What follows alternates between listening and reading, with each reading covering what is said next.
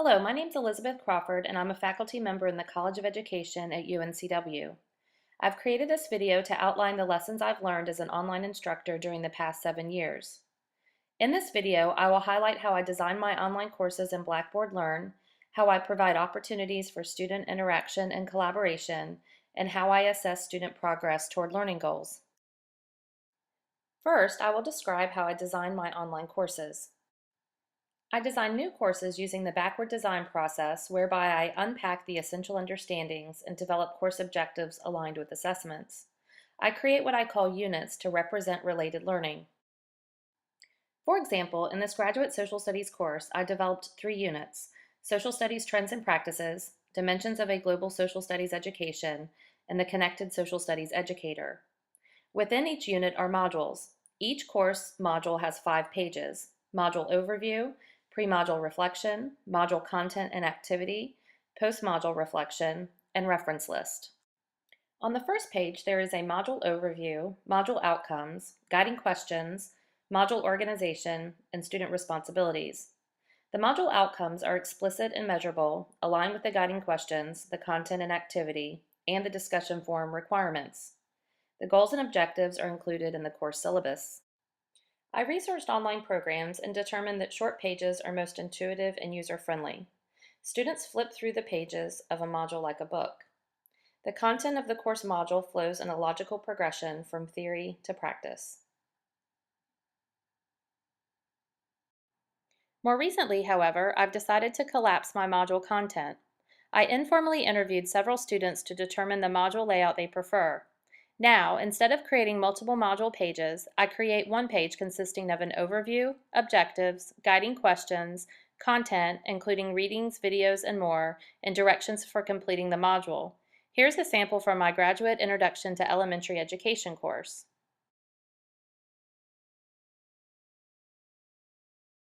Now I will describe how I structure student and instructor interactions and collaborations. First, I include a welcome video that is viewable when students first log into the course. I explain the course structure and format and how students will interact with one another in various modules.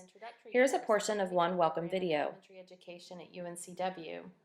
During our time together, we'll learn about philosophical orientations to teaching and learning, legal issues and matters pertaining to curriculum, instruction, and assessment, and research in education with an emphasis on action research.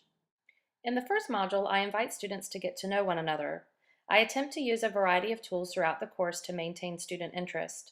For example, I direct students to VoiceThread, where I introduce myself and then ask them to introduce themselves. I like VoiceThread because it personalizes the learning experience and allows students to hear their classmates' voices and see their faces. Another platform for interaction includes Edmodo. Because I am a teacher-educator, I strive to use tools that my UNCW students can use with their own students.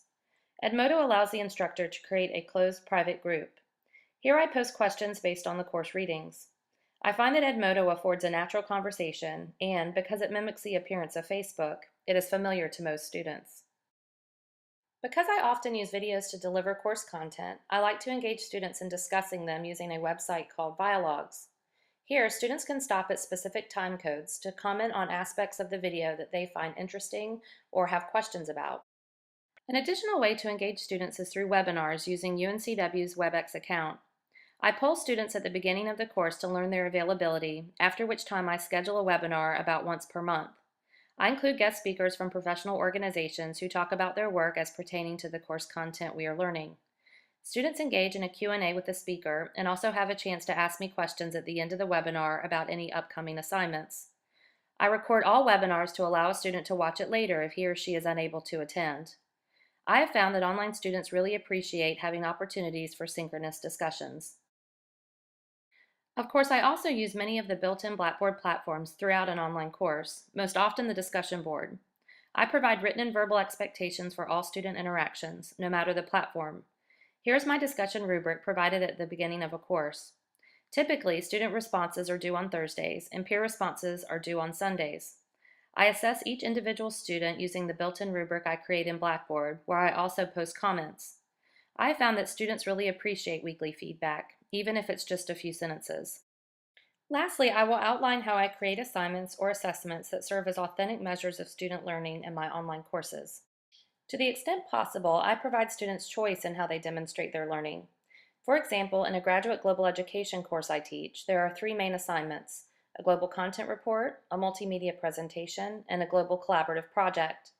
For each, students can choose how they meet the assignment expectations, outlined in grading handouts and rubrics provided separately. For the global content report, for example, one student created a Prezi.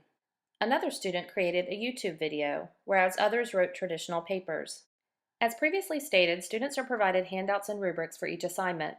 Students can assess their work against the rubrics prior to submission. They are also given the opportunity to share drafts of their work in Blackboard for peer and instructor feedback 2 weeks prior to the assignment deadline. I find that providing choice in their work products and the opportunity to share their progress creating these products results in more confident students who produce higher quality work. They know what is expected, and they encourage one another to do their best. This concludes my video on lessons learned in online teaching. I hope this was helpful and that you will contact me at crawforde@uncw.edu with any questions or comments. Thanks for watching.